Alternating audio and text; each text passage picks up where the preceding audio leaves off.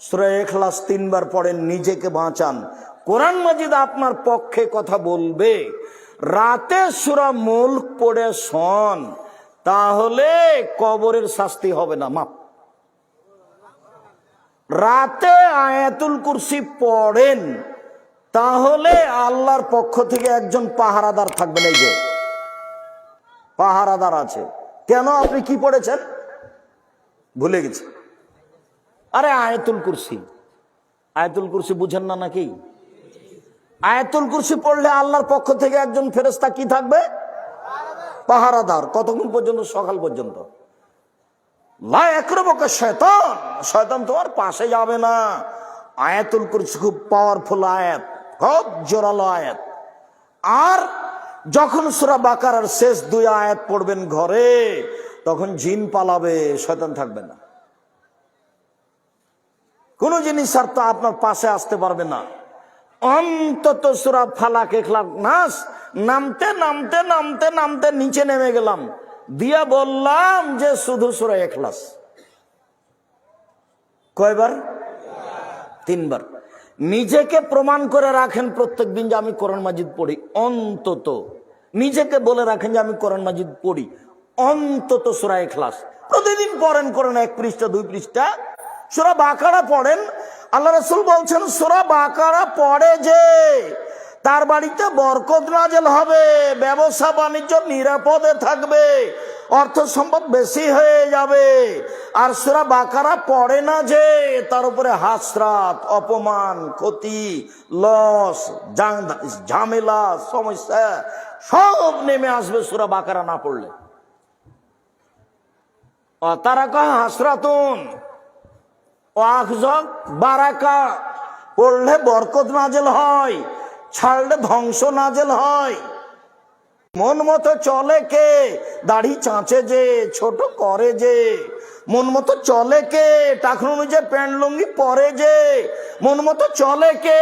সুদ ঘুষ খায় যে। মন মতো চলে কে? দোকানে বসে আড্ডা পিটে যে, বদনাম করে যে।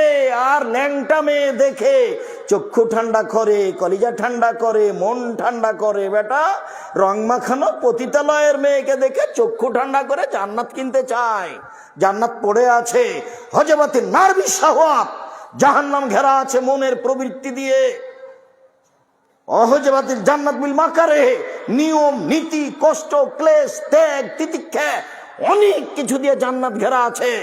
জান্নাত পাওয়ার টাফ ব্যাপার, জাহান্নাম সহজেই পাওয়া যাবে। দলীয় দাপটে দাঙ্গাবাজি করে যে, ওর জন্য জাহান্নাম তাড়াতাড়ি হলো জালেম। সিগারেট খায় না, জর্দা খায় না, জমি জাল করো না, বদনাম করো না, ল্যাংটা বেটি ছেলে দেখো না। 3 শ্রেণীর মানুষ জাহান্নামে যাবে। 1, মদমিনুল খামর, নিয়মিত বিড়ি তামাক জর্দা সিগারেট গুল নেশাদার দ্রব্য খায় পান করে যে, সে জাহান্নামে যাবে। 2, ওর রাজলাত মিনান নিসায়ে, পুরুষের বেশধারী নারী, যারা পুরুষের জুতা স্যান্ডেল পরে, যারা পুরুষের শার্ট প্যান্ট পরে, যারা পুরুষের পোশাক পরে, যারা গেঞ্জি গায়ে দিয়ে চলে, এরা জাহান্নামে যাবে। 3, দায়ুস আল খাবাসা, যে তার বাড়িতে বেহায়াইর সুযোগ দিয়েছে সে জাহান্নামে যাবে। যার স্ত্রী নগ্ন পোশাকে চলে সে জাহান্নামে যাবে। যার মেয়ে নগ্ন পোশাকে চলে সে জাহান্নামে যাবে। সেম বিচারের মাঠে বলবে রব্বি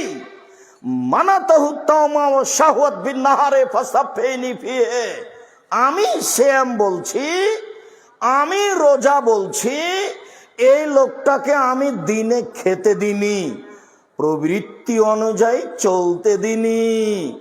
তুমি আমার কথা শোনো, একে জান্নাতে দাও। কে বলবে? শ্যাম। শ্যাম মানে রোজা। ভুল হয় না যেন, যে এতক্ষণ পর্যন্ত কি বললেন আব্দুর রাজ্জাক সাহেব না বুঝেই চলে যাচ্ছে আসসালামু আলাইকুম, এইরকম যেন হয় না। আর বলবো আজ থেকে কি শব্দ ব্যবহার করব? শ্যাম শব্দ ব্যবহার করব। আর নামাজের জন্য কি শব্দ ব্যবহার করব? সালাত। ছেলে মেয়ে সবাই বলবে আম্মু সালাত করে আদায় করেছো, আম্মু সালাত আদায় করেছো, স্ত্রী গায়ে খালেদা তুমি সালাত আদায় করেছো, তুমি সালাত আদায় করেছো। সবার ভালোবাসা হতে হবে। কেন? এই শব্দ আল্লাহ ব্যবহার করেন, এই শব্দ নবী ব্যবহার করেন, এই শব্দের সাথে ভালোবাসা কেন হবে না? হওয়া উচিত। সম্মানিত দিনী ভাই বোন, এবার পূর্বের কথায় ফিরে যাই। সিয়াম ব্যতিক্রম ইবাদত। আল্লাহ বলবে আমি ওকে নিজ হাতে নেকি দিব, এই জন্য যে আমার কারণে দুটি জিনিস ত্যাগ করেছে। এক, খাদ্য খায়নি, দুই, মন মতো চলেনি। সিয়াম বিচার মাঠে বলবে ওকে জান্নাতে দাও, আমি তাকে দুটা কাজ করতে দিনি। এক, খেতে দিনি, দুই, মন মতো চলতে দিনি। পৃথিবীর মানুষ শোনো শোনো শোনো শোনো, রমজান চলে এসেছে, থামো থামো থামো, পাপ করো না, পাপ করো না, পাপ থেকে বিরত থাকো। চিৎকার করে ফেরেশতা আকাশ থেকে বলতে থাকেন পুরো রমজান বলতে থাকেন। একবারে সূর্য ডুবার সাথে সাথে রমজানের প্রথমে, আবার শাওয়ালের প্রথমে সূর্য ডুবা পর্যন্ত বলতে থাকে দেখো যারা নেকি করতে চাচ্ছ আসো আসো আসো, যারা পাপ করার খেয়াল করেছো থামো থামো থামো থামো, পাপ করো না। এরপরে আল্লাহর নবী বলছেন প্রত্যেক দিন জাহান্নাম থেকে মুক্তি ঘোষণা হয়, প্রত্যেক দিন জাহান্নাম থেকে মানুষের মুক্তি ঘোষণা হয়। সম্মানিত দিনী ভাই বোন, এই হলো রমজান। এবার চলেন কিছু বিধি বিধান। সাহারি খেয়ে সিয়াম থাকতে হবে। আনাস রাদিয়াল্লাহু তাআলা আনহু বলেন তাসাহারু ফাইনু ফিহাল বারাকা, পৃথিবীর মানুষ সাহারি খাও, সাহারি খাও, অত বরকত আছে। কি বরকত? তোমার টাকা পয়সায় বরকত হবে। কি বরকত? তোমার শরীরে বরকত থাকবে, শরীরটা ভালো থাকবে, ইবাদত করতে পারবা। সাহারি খাও, সাহারিতে বরকত আছে। আল্লাহ রাসূল বলছেন ফাসলাম মা বাইনা সিয়ামিনা ওয়া সিয়ামি আহলিল কিতাবে ওকলাতু সাহারে, আমাদের সিয়াম আর ইহুদি খ্রিস্টান হিন্দুদের সিয়ামের মধ্যে পার্থক্য হলো আহলে কিতাব এবং আমাদের সিয়ামের পার্থক্য হলো সাহারি খাওয়া। ওরা সাহারি খায় না। পৃথিবীর মানুষ তোমরা সাহারি খাও, সাহারি না খেলেও সিয়াম হবে, এক ঢোক পানি হলেও খেতে হবে, এটাই ঠিক।